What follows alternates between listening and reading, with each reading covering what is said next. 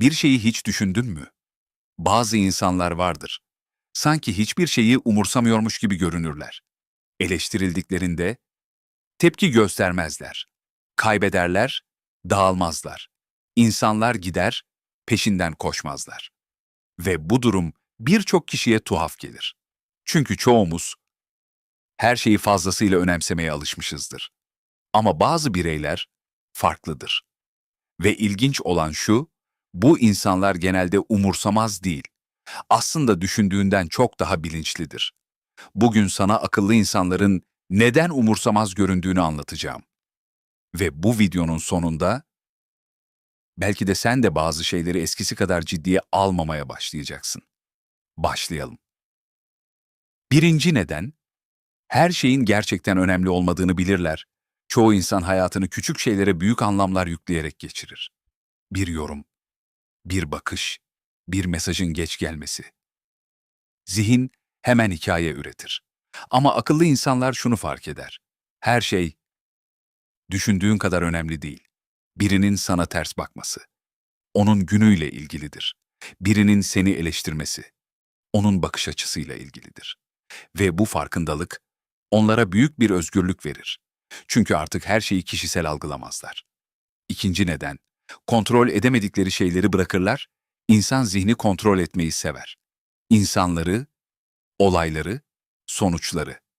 Ama gerçek şu, hayatta kontrol edebileceğin şeyler çok sınırlıdır. Akıllı insanlar bunu erken fark eder ve şu ayrımı yaparlar. Kontrol edebildiğim şeyler ve edemediklerim. Ve edemediklerini bırakırlar. Bu yüzden dışarıdan bakıldığında umursamaz görünürler. Ama aslında bu bir zayıflık değil. Bu zihinsel bir disiplindir. Üçüncü neden, enerjilerini seçerek kullanırlar. Düşünsene, gün içinde onlarca şey dikkatini çekiyor.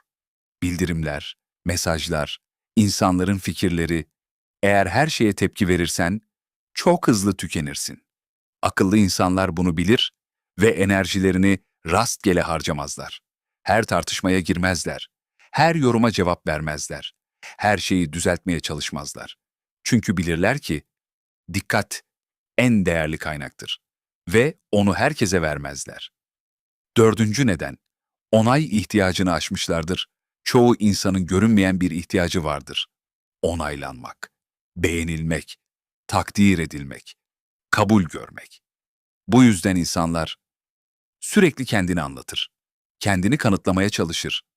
Ama akıllı insanlar bir noktada şunu anlar, herkesi memnun etmek imkansızdır. Ve daha önemlisi, buna gerek yoktur. Bu yüzden birileri onları sevmediğinde çok da umursamazlar. Çünkü kendi değerlerini başkalarının fikirlerine göre belirlemezler. Beşinci neden, duygularını yönetmeyi öğrenmişlerdir. Umursamaz görünmek. Duygusuz olmak değildir. Tam tersine, duygularını yönetebilmektir. Bir şey olduğunda hemen tepki vermezler. Dururlar, gözlemlerler ve sonra karar verirler. Bu küçük fark, büyük bir fark yaratır. Çünkü çoğu insan duygularıyla hareket eder. Akıllı insanlarsa duygularını hisseder. Ama onların kölesi olmaz. Altıncı neden, her savaşın kazanılmaya değmediğini bilirler. Hayatta sürekli haklı çıkmaya çalışırsan, çok yorulursun.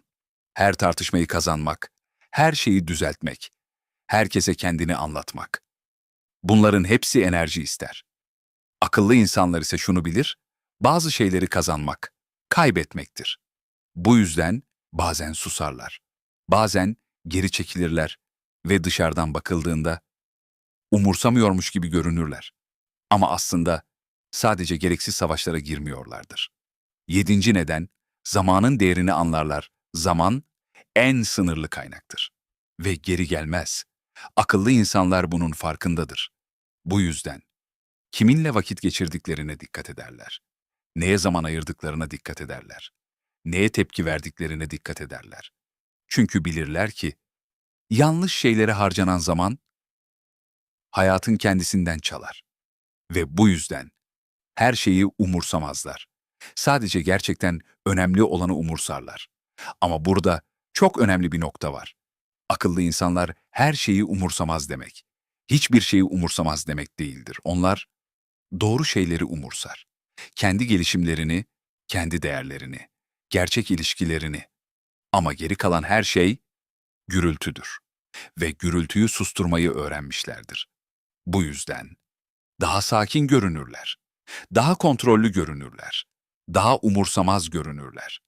Ama gerçekte olan şu, onlar hayatı daha net görüyordur. Eğer sen de sürekli her şeyi fazla düşünüyorsan, herkesin ne dediğini kafana takıyorsan, küçük şeyler seni fazlasıyla etkiliyorsa, belki de sorun fazla önemsemendir. Çünkü bazen hayatı değiştiren şey daha fazla çabalamak değil, daha az umursamaktır. Ama doğru şeyleri unutma. Güçlü insanlar her şeye tepki vermez. Akıllı insanlar ise neye tepki vermemesi gerektiğini bilir ve belki de gerçek özgürlük her şeyi kontrol etmekte değil, bazı şeyleri tamamen bırakabilmektedir. Ve o an geldiğinde insan gerçekten değişmeye başlar.